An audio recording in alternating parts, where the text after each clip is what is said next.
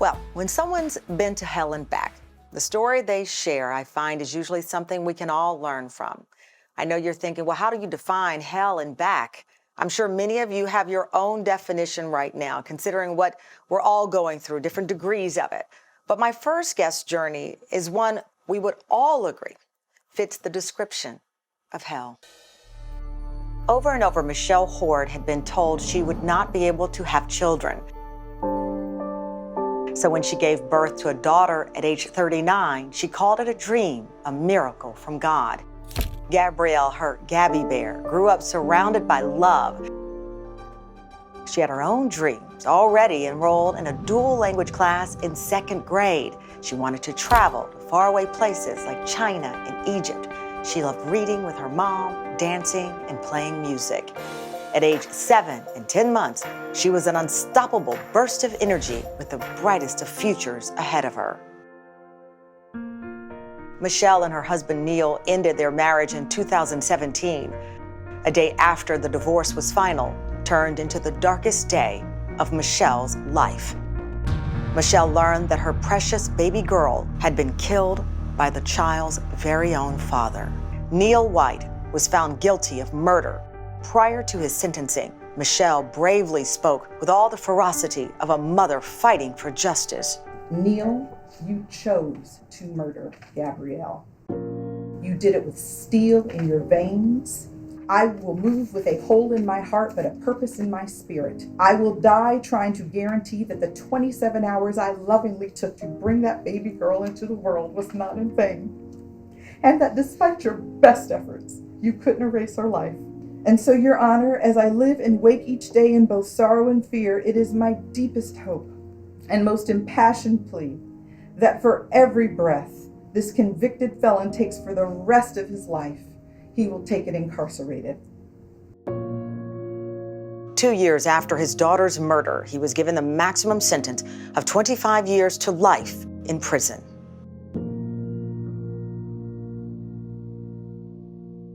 Michelle, welcome and thank you for joining us today on Skype video call. Like everyone, our thoughts and prayers have been with you since the day this happened. This is the first TV interview you've done.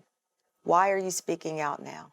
Thank you so much, Tamron. As you can imagine, this is a painful road and a long road, and a road, frankly, that won't end for the rest of my life. It felt like my entire world had burned to the ground. And as I watched what was happening in the rest of our world over the last few months, certainly there isn't anyone of age that doesn't feel like everything they know in their life and their worlds had disappeared. So I felt compelled, as someone who has struggled with this journey of what to do when the impossible happens, when something you couldn't have even imagined the day before it happens. How do you continue to go on and go forth? So it felt like a good time to share my story. This story is very complicated. You have said that your then husband was one of your best friends. You've known him almost your entire adult life. I know you've shared the story of having tears of joy on the stoop when you found out after this long, delay in trying to get pregnant that finally you were going to have a baby. And those memories that are such a stark contrast to where things ended. No, absolutely. He was one of my best friends. In fact, I used to joke we were the black when Harry met Sally. He loved me at a time, he loved our daughter at a time. But what I've come to have to live with and come to grips with is, one, I couldn't see it coming. There weren't signs. And two, all of those things before were true, and somehow this is true as well. So it will never make sense. We want to believe if someone is sick, we can logically, scientifically understand this will never add up. And I think that's a big part of the message that you are sharing now, these unimaginable things that we experience, this pain that we can't process. Sometimes it just does not add up. I was looking at that court video of you, and I've been in a lot of courtrooms before, and I can tell you the emotion I felt watching that and not being in that room. I think a lot of people will feel it today. And you carried Gabrielle's little doll with you there. Have you found these, including in the courtroom, these mementos, these things that help you face those most difficult moments, as was the case in the courtroom when you testified against your ex-husband with that little doll there? Well, she's sitting in my lap right now. And the significance of the doll is at the time I had to move out of the house as we were negotiating this very tumultuous divorce. And being the type A mom that I was, her favorite baby doll that she'd had since she was an infant, I had two of. So we had one at the family home where she was staying that evening with her father.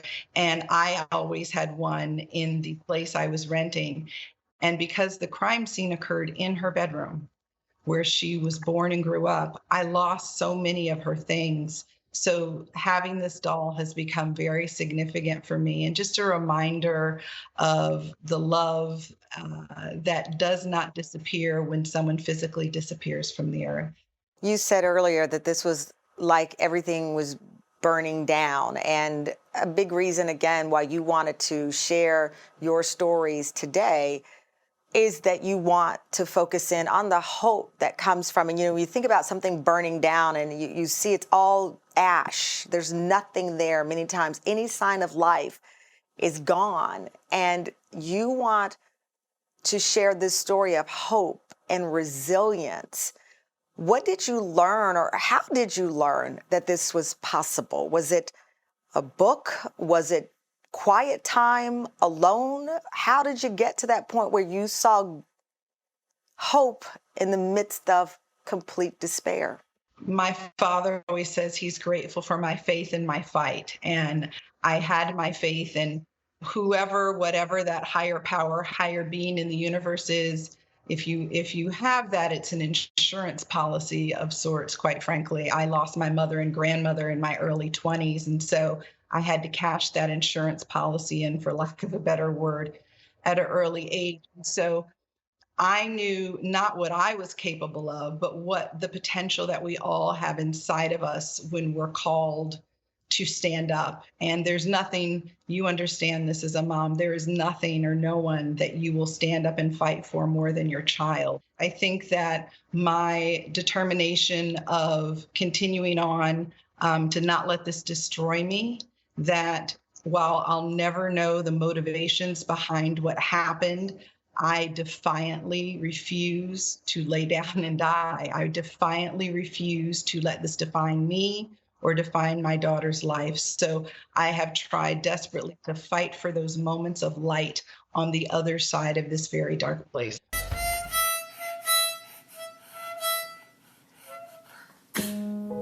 I am Gabrielle's mother. It is the proudest title I ever had and ever will. I was chosen to carry this unbelievable, healthy, and special little girl.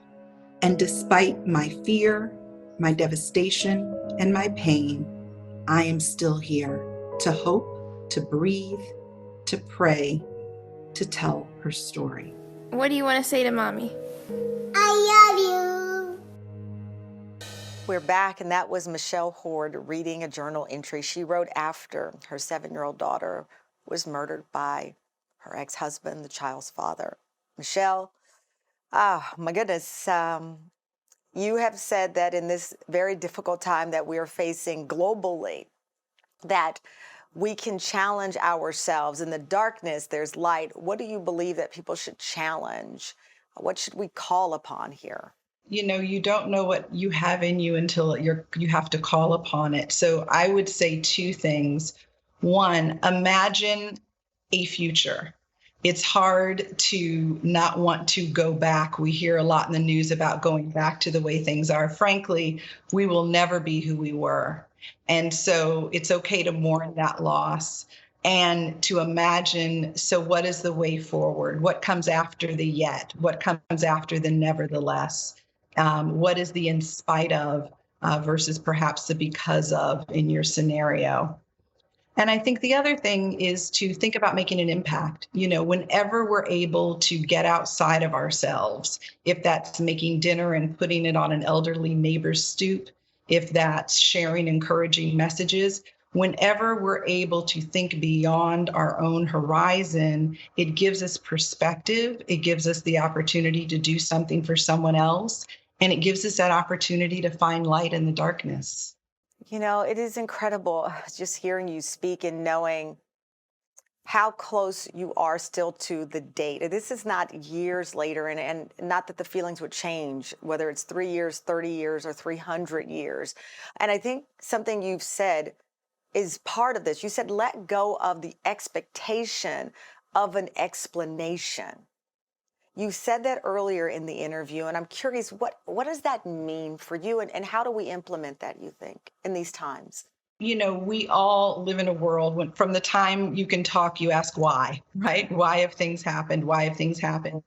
And as a young person, we're all told by mom, dad, or grandma, well, you know what? Sometimes life just isn't fair. And it seems very simple and pedestrian, but frankly, it's true. There is nothing Gabrielle did to deserve this. There's nothing I did to deserve this. Frankly, there's nothing the world and those who are sick and on the front lines, exhausted, without perhaps the necessary protection, have done to deserve this.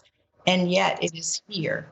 So I think that while we think of closure as this neat Hollywood ending that's tied up in a bow, one, letting go of that expectation that everything will have an explanation. Some things just are. And if you can operate from that place. You've talked about, Michelle, finding a purpose, and that is also a part of the journey. For you, that purpose has become Gabrielles Wings. It's a fund helping children in underserved communities around the world. And you have described this now as your life's work. Why this route, and how did that help you heal? Well, it was important to me, not only losing a child, and listen, there is no grief index, right? There is no better or worse way to lose someone you love.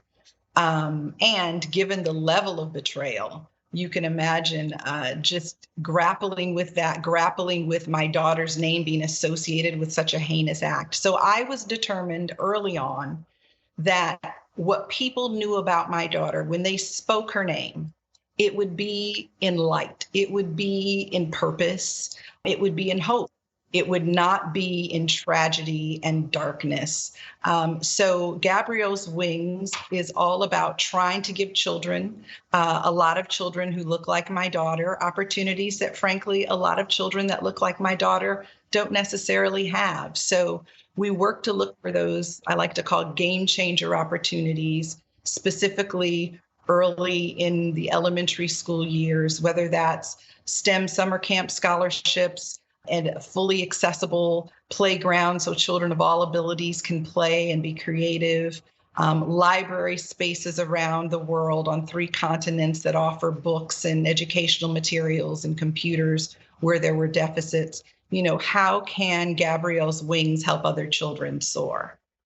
Before I let you go, we've never had a chance to meet in person despite our paths crossing with mutual friends and a very similar journey in our industries. I got to tell you, I was so struck by the fact that one of your favorite quotes is one of my favorite quotes that I use in difficult times. It comes from, of all places, the Wizard of Oz, Glinda the Good Witch, who said, "You had the power all along." I cannot tell you how often I say this to young women I mentor, how often I say it to myself when I have faced difficult situations, that we have the power all along. What did it mean for you in your story? What it means for me, and hopefully what it means for your audience, is in those moments where you doubt what you're capable of, where you doubt the future, where watching this, you may say, I could never survive that. As so many people have said to me, what I always say is, you have no idea what you can do until you have to do it. And that's not just in a negative way. That's also in your dreams. That's also in your hopes. That's also in your aspirations, that you have everything you need, which is something my mother used to say to me. You have everything you need already. And it's just having the guts and the courage and the faith and the fight to tap into that when you need to. I really am honored that you've chosen this show for your first television interview. By the way, Gabrielle's Wings, if you want more information on the rest of her journey, go to TamronHallShow.com. And I'll tell you, these tears are tears of just gratitude, because I can't thank you enough for what you've just offered us, knowing everything that you're going through. Thank you.